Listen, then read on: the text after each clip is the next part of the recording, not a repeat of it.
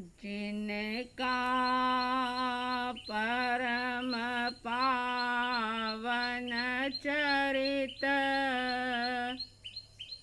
जल निधि समान अपार है।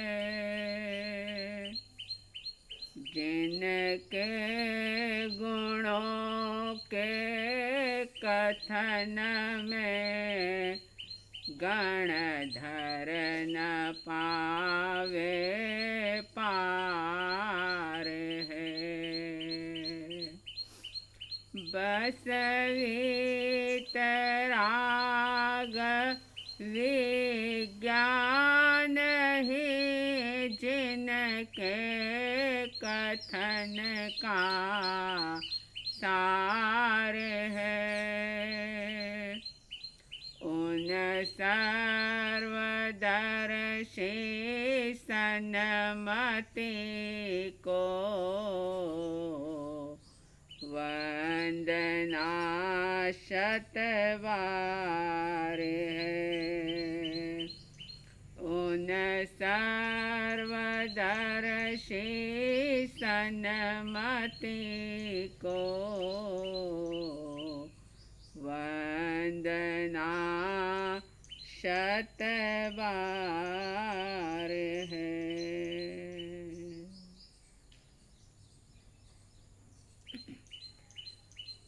श्रद्धालु जिज्ञासु श्रोताओं, आत्मविशुद्धि के लिए स्वयं को जानने के लिए आत्मसिद्धि शास्त्र का स्वाध्याय चल रहा है। श्रीमद् राजचंद्र जी ने बड़ी ही अद्भुत शैली में इस आत्मसिद्धि शास्त्र की रचना की। और जैसा कि पिछली गाथाओं में आपने सुना कि पहले सतगुरु के लक्षण बता दिए, मतार्थी मानार्थी जो जीव होता है, आग्रही जो होता है, उसके भी लक्षण बता दिए। अपने भीतर की विशुद्धि करने के लिए, अपनी भूमिका को शुद्ध करने के लिए, क्योंकि धर्म का बीज बोना है, इसलिए इस आत्मभूमि को विशुद्ध बनाने के लिए वे सारे ही कारण, वे सारे ही लक्षण बता दिए कि जो लक्षण या जिन कारणों से धर्म का बीज हमारे भीतर में पल्लवित और पुष्पित नहीं हो सकता। उन कारणों के बाद ये भी बता दिया कि अगर तुम अपने आप को मुमुक्षु मानते हो, अगर तुम ये अपने आप को आत्मार्थी कहते हो या मानते और कहते ना भी हो, लेकिन आत्मार्थी बनने की अगर आपके अंदर चाहत है, मोक्ष को पाने की अगर लालसा है, तो उसके भी लक्षण बता दिए कि आपको किस प्रकार से अपने भीतर की कमियों को, कमजोरियों को दूर करके कौन कौन से लक्षणों को प्रकट करना होगा। एक पैमाना थमा दिया, एक थर्मामीटर दे दिया कि इस पैमाने से अपने आप को तोल लो, जान लो, देख लो कि सचमुच आत्मार्थी और मुमुक्षु बनने की पात्रता और योग्यता का विकास आप कर रहे हो या नहीं कर रहे हो। और फिर उसके बाद उन्होंने कहा कि 6 पद इस पर आस्था करो। आत्मा है और इसके आगे की और बातें जो हम समय समय पर आपके साथ चर्चा करेंगे। अब आत्मा है यानी आत्मा का अस्तित्व है, आत्मा ज्ञान गुण वाला है। ये बात जब वीतराग परमात्मा ने कही और उसी बात को जब श्रीमद जी ने कहा तो वे दीर्घ दृष्टा महापुरुष इस बात से वाकिफ थे कि आत्मा है। इस बात को सुनकर के अनादि काल से जो मिथ्यात्वी बना हुआ जीव है वो जल्दी आस्था और श्रद्धा नहीं करेगा, क्योंकि अनादि काल से आंखों से जो चक्षु से जो दिखाई देता है उसे ही मानने की एक आदत पड़ गई है। अगर जो दिखाई ना दे उसका अस्तित्व हम जल्दी स्वीकार नहीं कर पाते। इसलिए लोगों के मन में क्या क्या जिज्ञासाएं आत्मा को लेकर के क्या क्या शंकाएं हो सकती है उसका भी बहुत अद्भुत शैली में उन्होंने वर्णन किया। और जैसा कि मैंने ये बात बहुत बार दोहराई कि 45वीं गाथा से लेकर के तो 48वीं गाथा तक उन्होंने आत्मा के विषय में होने वाली शंकाओं को प्रस्तुत किया है। और अब जो चल रहा है यानी 49वीं गाथा से आगे की कुछ गाथाएं जिसमें श्रीमद जी वीतराग वाणी को मद्देनजर रखते हुए परमात्मा की बातें जो प्रभु ने अपने श्रीमुख से फरमाई थी उसी को आधार बना करके उन शंकाओं का समाधान कर रहे हैं। 55 गाथाएं परिसंपन्न हुई थी। आइए 56वीं गाथा देखते हैं। 56वीं गाथा जिसमें भी जैसा कि पहले बताया था कि कोई व्यक्ति कहता है या यूं कह दो कि कोई जिज्ञासा रखता है कि देह को ही आत्मा क्यों नहीं मान लिया जाता, देह ही आत्मा है। उस बात का समाधान करते हुए एक चिंतन करने को बहुत बड़ी बात कह रहे हैं श्रीमद जी। इस बात को सुनकर के हर कोई व्यक्ति जो आत्मा के संबंध में शंका करता हो, जिसके मन में आत्मश्रद्धा ना हो, आत्मा के अस्तित्व को लेकर के उसके मन में किसी भी प्रकार का संदेह हो, तो वो व्यक्ति इस बात को ध्यान में रख करके अवश्य चिंतन करे, विचार करे, सोचे। कहा था 56वीं गाथा में श्रीमद जी ने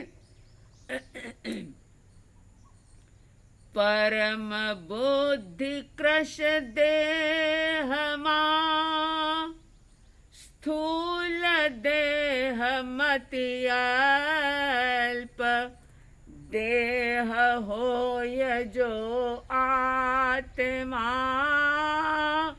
घटे न आम विकल्प। कह रहे हैं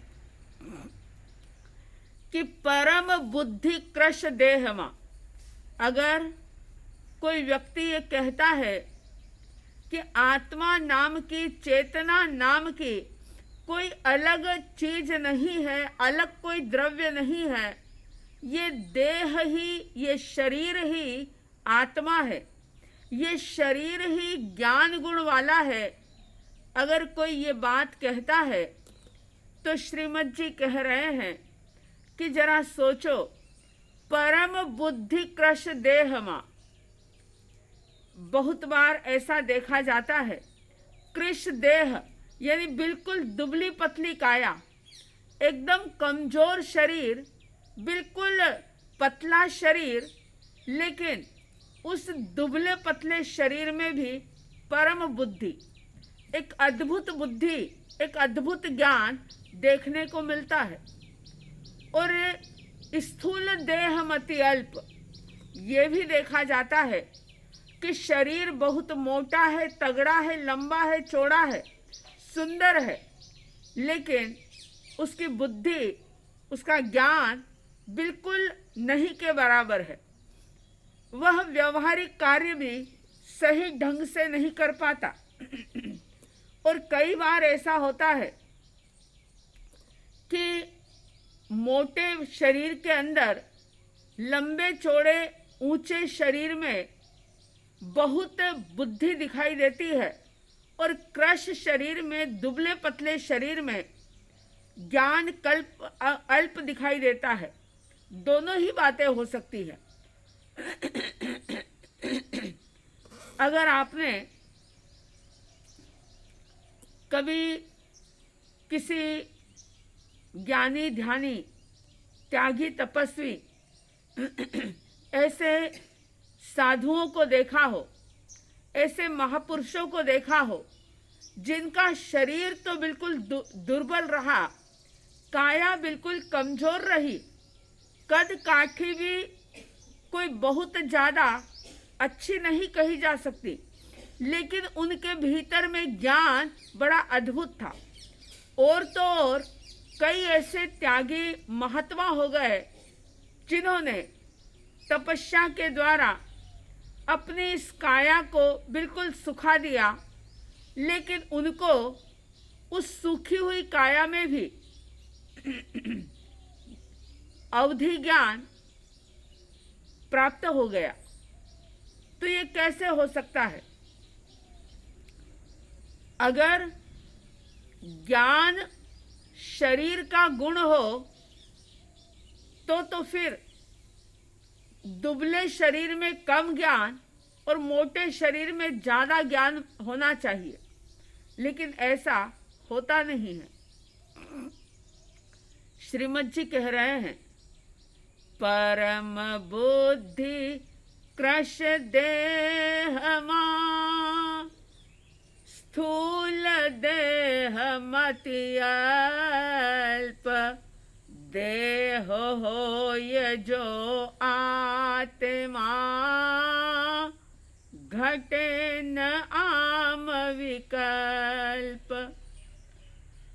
आप सब जानते हैं कि अगर कुम्हार थोड़ी मिट्टी लेता है तो छोटा घड़ा बनता है, अगर वो ज्यादा मिट्टी लेता है तो बड़ा घड़ा बनता है।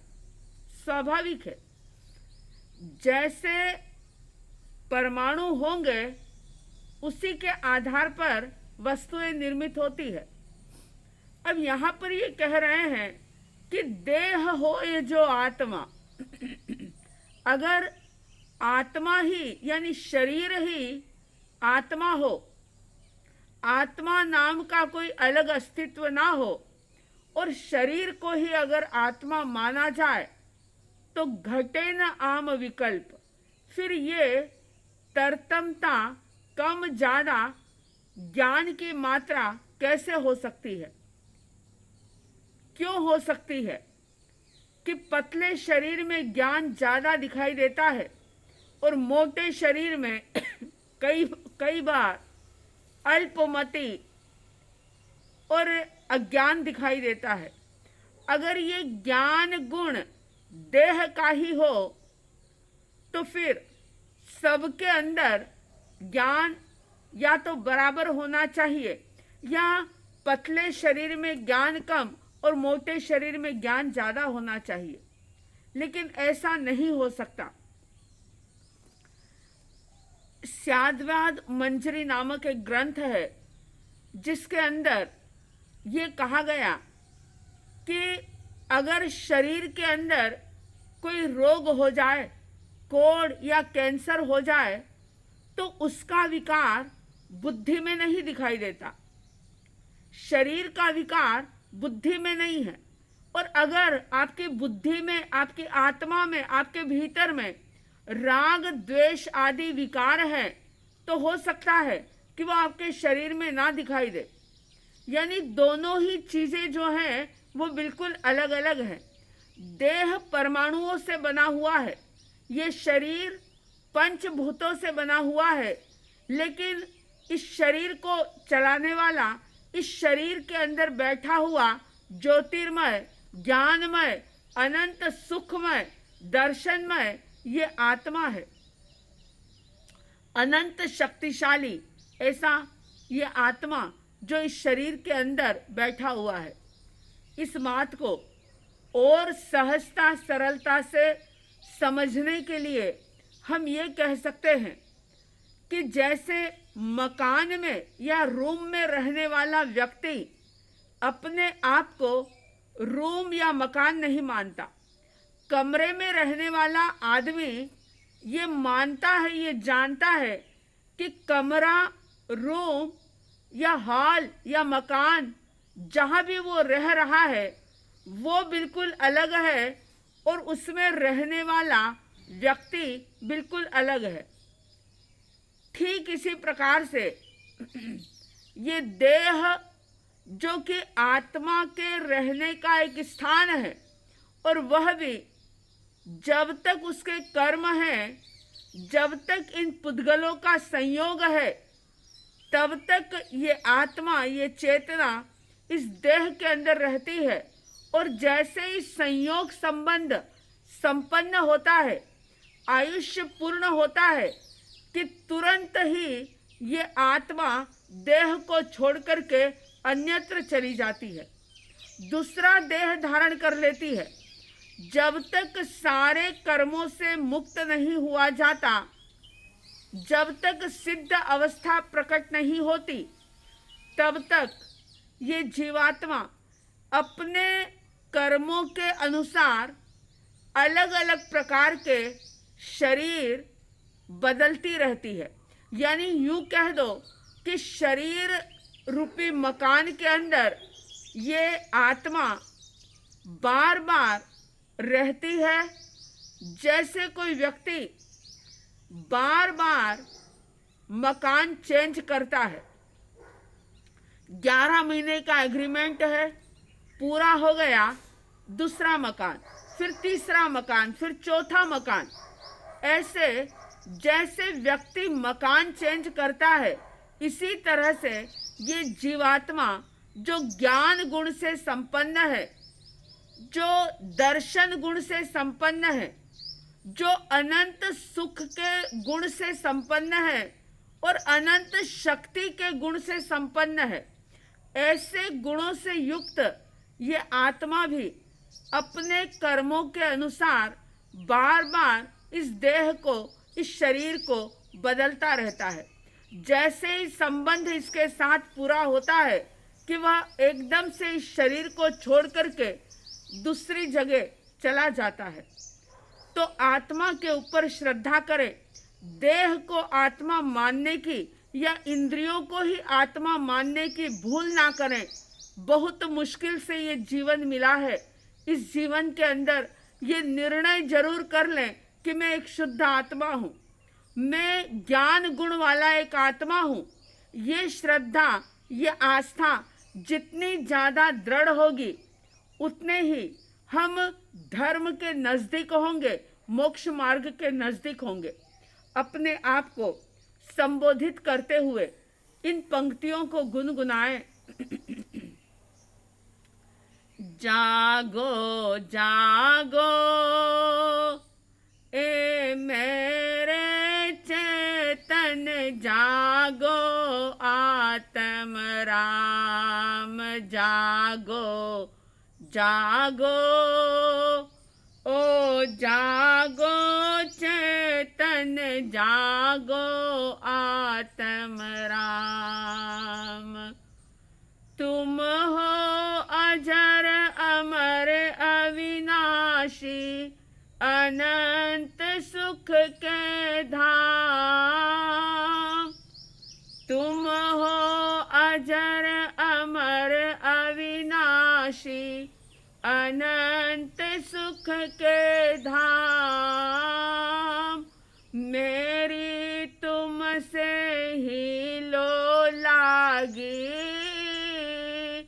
मेरी तुमसे ही लो लागी, और न को कहा काम, जागो जागो ओ जागो चैतन जागो, आत्म राम जागो जागो ओ जागो चेतन जागो, आत्म राम।